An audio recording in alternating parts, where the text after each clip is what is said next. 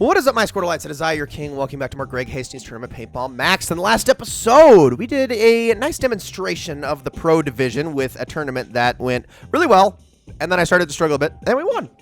I don't know how all that worked, but it did. Anyways, I'm going to be jumping on in, and we're going to be talking about the field and match editors here really quickly, because these are some interesting little features. I talked about the course editor in my Midnight Club Let's Play, and I wanted to do that here as well, because I actually used to play around with this quite a lot. So I'm going to make myself a field here, and we're just going to call it LP, just to get... kind of get started on this. We're gonna make a few fields here. So let's just, yeah, LP will be the first one.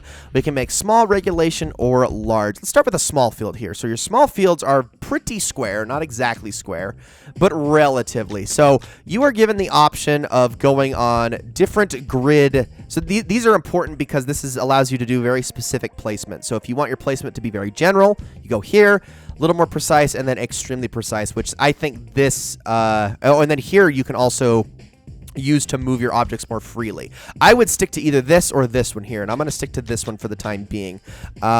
So there's different ways to place your different bunkers. So let's go out onto the field here, and I can go up and down to change my different bunker types. I can rotate it with L and R, and this goes in 8 directions as long as I am on this field, but if I go here, it's going to rotate more seamlessly, as you can see here. So let's go back to the grid, and I am going to move one of these around, and there is kind of a method to the madness. Now you're probably wondering, what does this do here? Well, this allows you to place things in symmetry on opposite ends of the field. So keep in mind that these over here on the right and left sides are where the flags hang. So that's where the different teams are going to start. So we're basically working horizontally here. So I'm going to rotate these like this, and we're going to place them kind of in the back here. I'm also going to change the bunker color because you have different little themes you can go with here. Let's go with the die theme here. I like that one a lot. So we'll place those home plates opposite one another.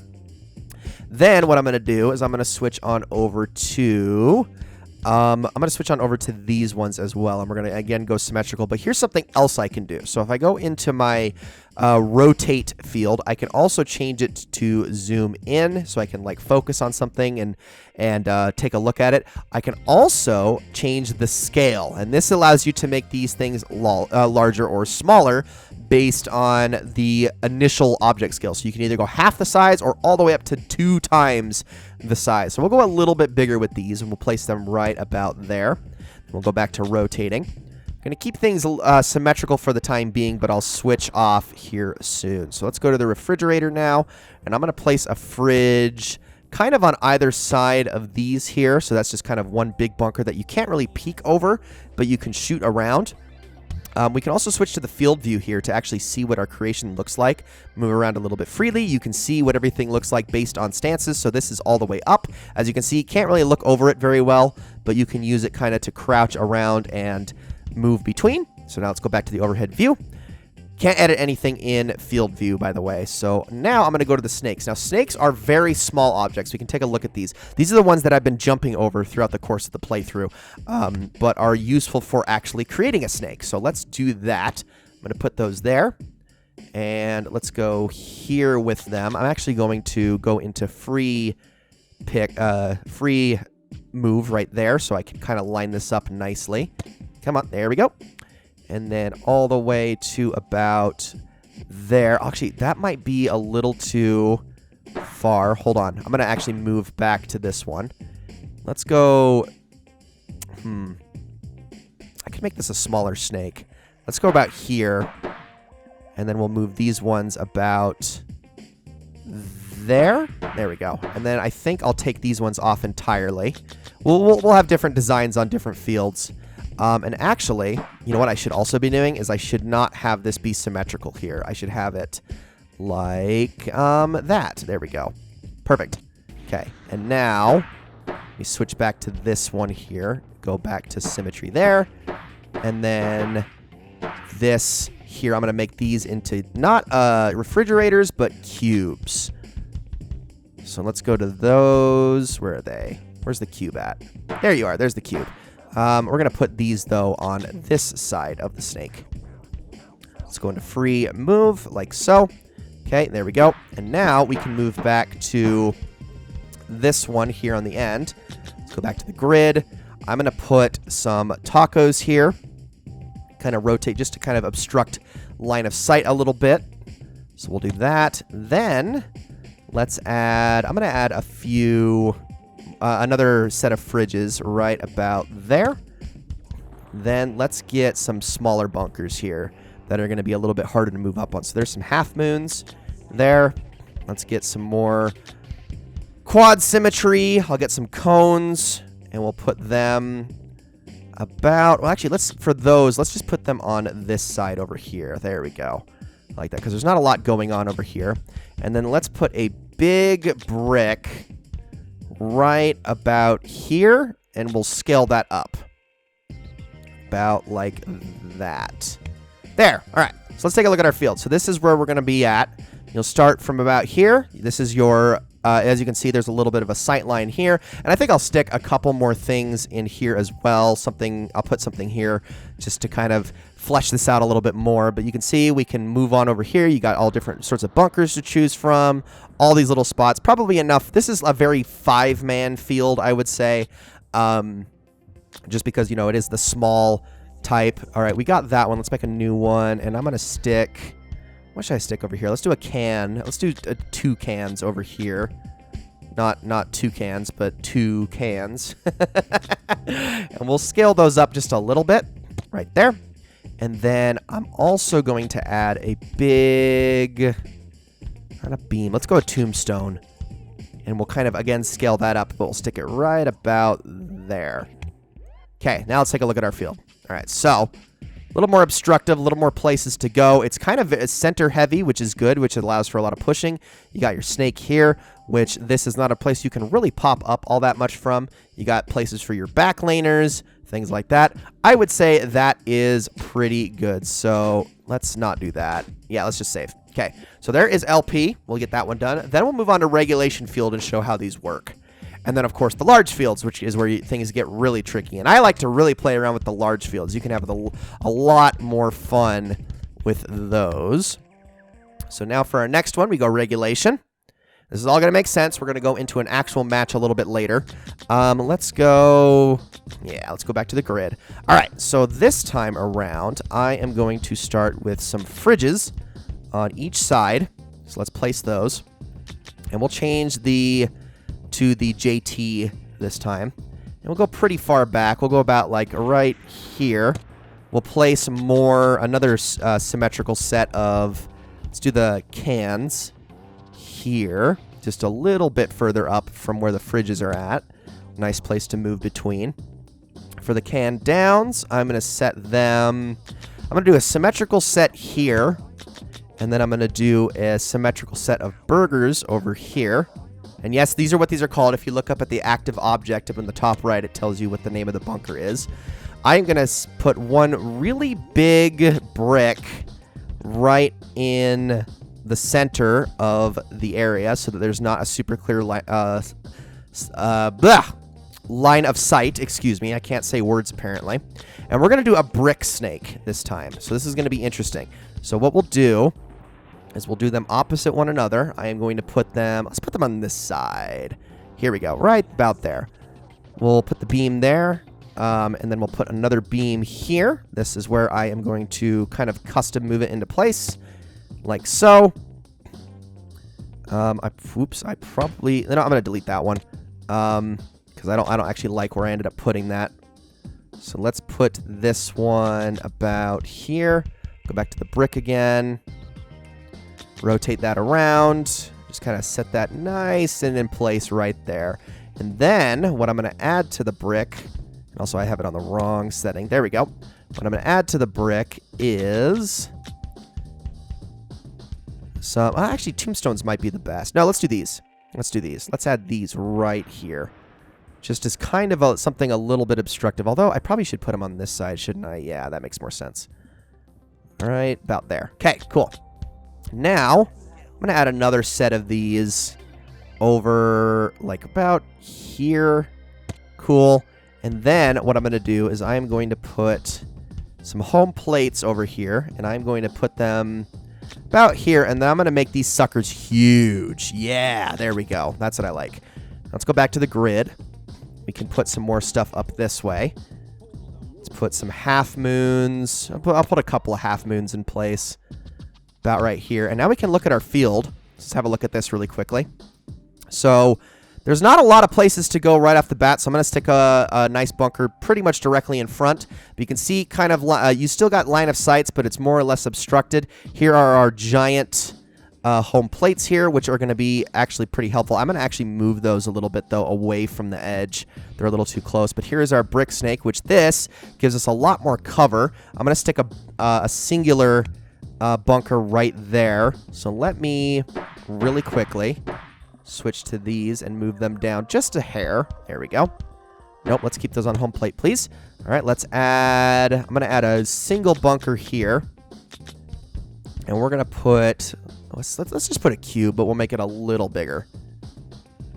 About there. Perfect. And now for the last one, should we stick with cubes? No, let's go with the tacos. And then we'll put those opposite right here in the center, and I'm going to rotate those a little bit. There. Okay. Now we can look at our field. That might be a little close. Let's back those up just a bit. All right, let's see. Yeah, I like that. I like that a lot. I think that's very good for sight lines and things like that. It's not too overly crowded, but it gives you a lot of tactical angles to work with. Right here, you can see it actually protects you on the snake a little bit, which is good. So you got to push up a little bit more. But then you have this whole lane up here that you can work off of once you get up in the snake. I like that one. So, oh, nope, don't do that. I keep pressing that button by accident. But then I can show the large fields. And this is where things get really fun because you have a lot of space to work with here.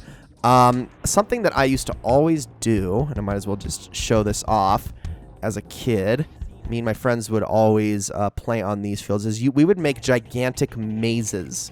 And I'm talking massive mazes. So what we would do is we would set all of the bricks to as large of scale as possible. Okay, and we're going to put these on the other side. As much, or the beams, excuse me, as much space as we can possibly get. Let's switch it back to rotate here. Well, actually, I might as well do it like this. So you place all these kind of like so. And I'm going to just scale them all out as I put them into place. There we go. Creates a little bit of a wall on both sides. Probably should have done it inward more, but that's okay. Okay, and now that we don't want to block it off entirely, so now we're going to rotate these. And now you have a little bit of a lane to get into. And if you can see it from the one side, you can see here, there is no way you're shooting over any of that. But you'll come in here, and it's more boxed in. The one thing you want to make sure you don't do is obstruct where the actual flag is going to go. I mean, you can, and it'll adjust for you. But, yeah, but you can do that. Open it up a little bit. There we go. And now I'm going to rotate these around a bit more. Let's, I'm going to put some sets, like, right... Let's go right about here. Yeah, there we go. And then we can kind of block this in a little bit. Okay, so I've got it all placed in, and you can see the overhead of the field. Pretty crazy in terms of how this is going to play out. I will tell you this. The AI does not like this very much, but you can see here we got multiple paths we can go down, go over this way. Everything kind of leads over here. You got some fridges in the way to actually give proper cover once you're in here. And then here around the flag is where I made things a little bit messier. I think I'm actually going to add a pair of burgers like right here to go around just to kind of get to the flag. So that'll be fun. But, and oh, I did not mean to mess with that too much. Let's just add those burgers really quickly. We'll make them small too, a little smaller than normal. Just kind of put them on opposite sides. There we go, just like that. Is that going to be fun to squeeze through? Yeah, it will be fun to squeeze through, but we'll make it work, dang it. All right, so what we're going to do now is we're going to take all of our created fields and we're going to mush them together into a match. And then that is going to be our way of actually playing with these. So let's go to the match editor now. And we'll make a custom one. We'll call it LP once again. And then jump right on in. And the only way you're going to be able to experience, you have to do each of these fields, I believe, twice. But we're going to add, I did not mean to do that. Remove it. Let's actually switch on over to LP for the first one. Then we will add another one. Let's see. We'll go to LP1 and then LP2. And there we go. We've just added the 3 of them in. You can save that, and then we can select this once we actually go into a standard quick match. And we're going to play through all of these really quickly just to kind of show how this works. So I'm actually not going to jump into the match. Yeah, I'm not going to jump into the actual match itself. I'm going to jump into just a standard exhibition. So I'm going to select myself to my... That is not my character. Hello? But the game apparently thinks it is? Okay, something I forgot is that when you go in and actually choose your default character, it does it based off of the multiplayer character that you've put together, which you can just customize and add anything you want, as opposed to the character you've been using in career. I don't know why it does that, but it does. We're gonna make Dox Raiders our teammates this time, which will be interesting.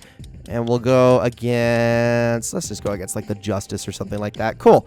Okay, so let's set ready. And what we're going to do is we're going to head on over to our, I guess we could just do our LP tournament, but what we do is we set it to, see, we might not still get to enjoy all of the fields though. You know what, let's just do 2 out of 3, but we'll do each field. I think that's a good plan. So we'll start with the first one. And see, the game still has a breakout manager put together, which is a little bit on the interesting side, but here we go. All right, let's do this thing. Can't believe I'm betraying my own people, putting these guys on my teams, but here we go. Okay, so we've already got 2 out, but yeah, you can see this kind of feels like a very standard field, if we're being honest. It's not all that different from the real deal. We just got to be careful here. Come on, guys, you're supposed to be gods, dang it. Oh, so they do have a pro on their team. Well, that explains everything. Where is he? Did you guys get him? Okay, you guys get him. So yeah, they did have a pro. I knew they did. That's got to be the guy who was freaking destroying me before. But now let's just win this one, and we get to see both sides of the coin, essentially. I'm going to move on over to this bunker. You can see you really can't shoot over that very well. And then here is our snake. So let's move on up into that really quickly as they shoot over me. Come on. Oh, I had you. I had you. He is right. Nope, they got him. Wow, I didn't even really have to do anything. My goodness. But yeah, so that's the small field. Pretty simple, but it's cool that you can just throw that together like it's nothing. So we got that one. Now let's move on to our regulation field. Same exact rules. Not going to mess around with that too much. But it's really not hard to put together a field that feels very legit. So here we go. This one's a little busy, but it's not too bad. But the standard one is going to be, or the large one is going to be very insane. Oh, that was silly. I'm sorry. Can I get one of them? Thank you. Okay, there we go. We got 2. Get him, please. Got him clean, and then I got taken out. That's okay. We're switching to the pro. So he is the one with the insane marker. If I can actually get the hit here. Okay, he is right in the back. It's just the 2 of us. Oh, okay. Oh, no, no, no. No, I suck. I can't believe I blew that. Oh, man. It's okay. We're fine. But yeah, actually a pretty reasonable field in terms of like how everything is set up. I mean, it might be messing with my team's AI a little bit, but I don't think we did it too bad with the field creation on this one. I just got 2 elims. That's not bad. I get this guy. There we go. Get that guy as well. Get another one. There is the pro just got taken out right there. Okay, he is in the very back. And we got him. Okay, cool. So there's that. Let's just do this last one, and then we can call it. And move on into the large field.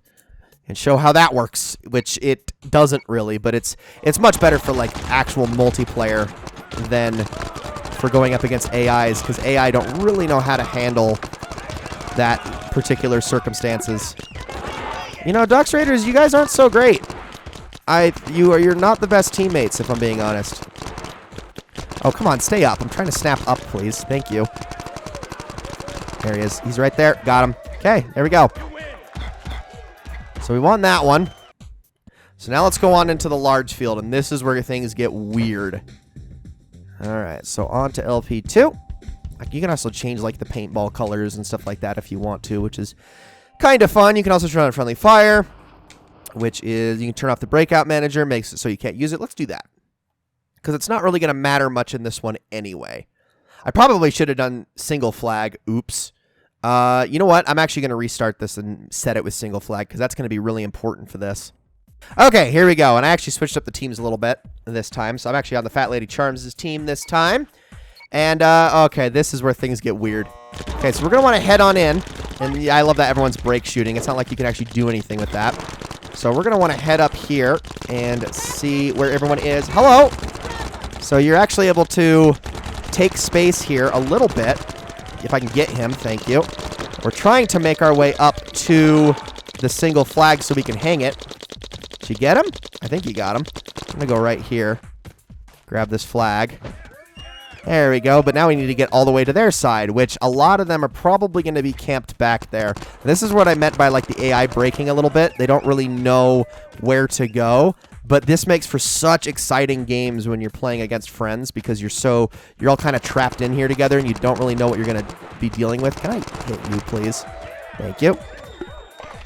All right, there's a guy down there. Oh, he's out. Okay, so the last of them, I guarantee... Oh, are right there, yep. Get him, please. Oh, my gosh. There he is. Somehow still in. Oh. I'm out. Gosh, dang it. That's okay. So that last one is, like, way over there, and if I try to tell them to move up, they probably just won't. So let's just keep beating our head against the wall here, trying to make this work. He is just back there hanging out. There he is. What the heck? Oh my gosh. Well, at least we frickin' did it. Ah, son of a gun. What the heck is this hopper? It looks like a frickin' giant boxing glove. But there we go. That is how these fields work. And again, if you can play on these with friends, that's where things get really, really fun. It's not as good demonstrating it with CPUs because they kind of just don't know what to do. But, I guess they kind of do, but not really. So let's just finish this off, and then we can call this a series, everybody. I think we've done enough here. It's been fun. It really has. I really like looking back at this game quite a lot because I have just tons and tons of fond memories of it. I loved it to death growing up. I know it's a very janky game. It's not super well put together, but it's so fun. It's so fun to play. And oh, and he is apparently out, which sucks for me. I think there's some in where the flag is at. Oops. Yeah, it's just been a lot of fun looking at it. I really, really like this game, even though, again, it's not good. And I needed to give it the time of day, you know, just to kind of mark everything off of the checklist here that I've been trying to do on this channel. I want to look at pretty much every single game I have fond memories of and was important to the games that I was playing growing up. And this one is a big part of that, actually. So it was very much important that I looked at it, even though I wasn't able to do it in full. I mean, I could. I always could, but it's a really hard thing to do because it's just a difficult game. It's so difficult. All right, let's get this frickin' flag. If I can. Thank you. Get that first flag pull. And if we can just win this, we can call it. But yeah, I'm absolutely down for bringing it back if anybody would really like to see it. It's very doable. It's just tough. Wait, did they get the rest of them? Apparently they did. Okay. Yeah, but I would absolutely be down to bring it back at some point. I know it can get kind of exhausting because that's just all the game is, you know, over and over and over again. But, you know, it's still fun. It's still really fun. I'm enjoying it quite a lot, even if not everyone else is enjoying it, watching it as much. But, of course, that's what a YouTube channel is all about, which is why I kind of wanted to sort of go halfway with this one. But, guys, thank you all so very much for watching. I usually try to end these series by showing like credits and things like that, so I'm going to play those as they go. There wasn't a lot behind this game, if I'm not mistaken. It was a pretty small team, because again, it's just the entire premise of it. I mean, it's a paintball game, you know. It's based off of professional paintball, which, yeah, it has a following, and it, especially back then, it was a niche, but it was still a niche. I mean, it still wasn't nearly as popular as something like professional skateboarding or snowboarding. Those, you know, stuff that was in the X Games was so much bigger. This was a niche within a niche that is extreme sports, and it had enough of a following for them to make a video game out of it, but a very low-budget video game. Because also you have to remember that this was back in a time, in a place, in a day and age where video game companies did not have a problem making mid-shelf, mid-tier games. They did not mind throwing a few 100,000 to a couple million at a low-level game, knowing that it would make more than its money back because it was just low risk. Nowadays, games don't do that. We don't have video game companies doing that anymore. We either have super low-budget indies or we have ridiculously expensive AAA games with nothing in between. And I miss that day and age. I really, really do. And this is just one of the thousands of games from that time and place that just so happened to actually be better than it had any right to be. And in that regard, I have a lot of appreciation for it. And I wish it wasn't published by Activision, for one, but it is. And luckily, they don't make any money off of this game anymore. So if you're going to go get it secondhand, or don't actually get it secondhand. This is absolutely a game I am 100% okay in saying just go pirate it.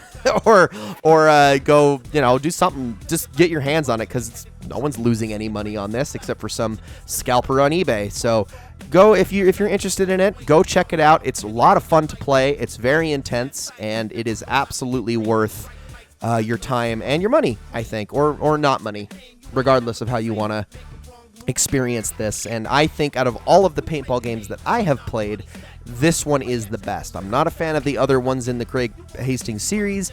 I'm not a fan of the NPPL games at all. I think they're way worse than any of the Greg Hastings games. And the only one I can't speak for is the Xbox version of this game. It might be better, but there's no actual way of knowing that for sure. But that's it. Thank you all so very much for watching, guys. I hope you all enjoyed this series very, very much. And I will see you all in the next one.